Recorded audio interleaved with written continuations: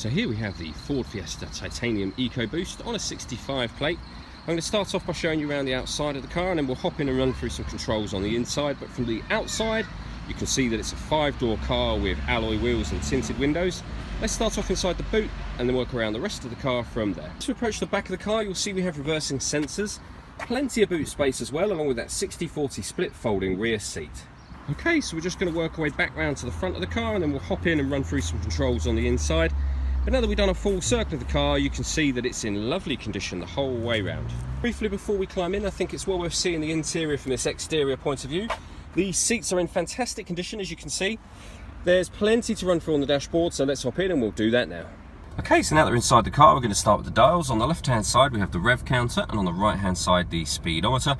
At the bottom in the middle, you can see the fuel gauge, and then above that, the total miles on this car, which are 12,198. As we back out to the steering wheel, on the right-hand side, we have controls for cruise control.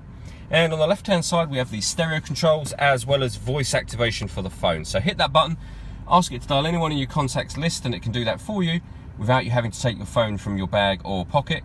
That is, of course, once you've paired up your phone, and that is done using the stereo and screen over in the center here. So before we come back to the phone, you can see this car's got FM radio.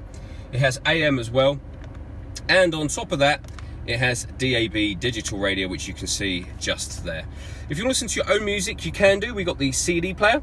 There's USB input, which can be accessed by pressing the aux button on the stereo, and we got Bluetooth audio, which you can see being displayed on the screen right now. So all of that is entered, if you like, by pressing these buttons here, and we have the main volume for the stereo just there.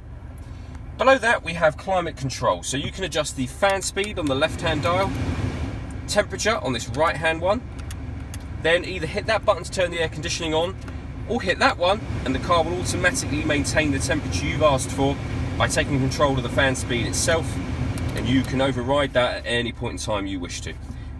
You can then press any of these buttons to determine where within the car the air is being distributed as it enters the vehicle.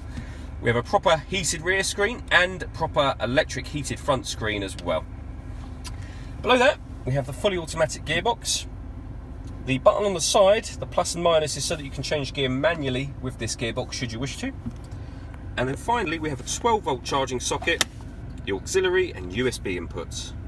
All that leaves me to say is thank you for taking the time to watch this video. If you'd like to come and see the car in person and have a test drive, please feel free to call any of our MJA sites.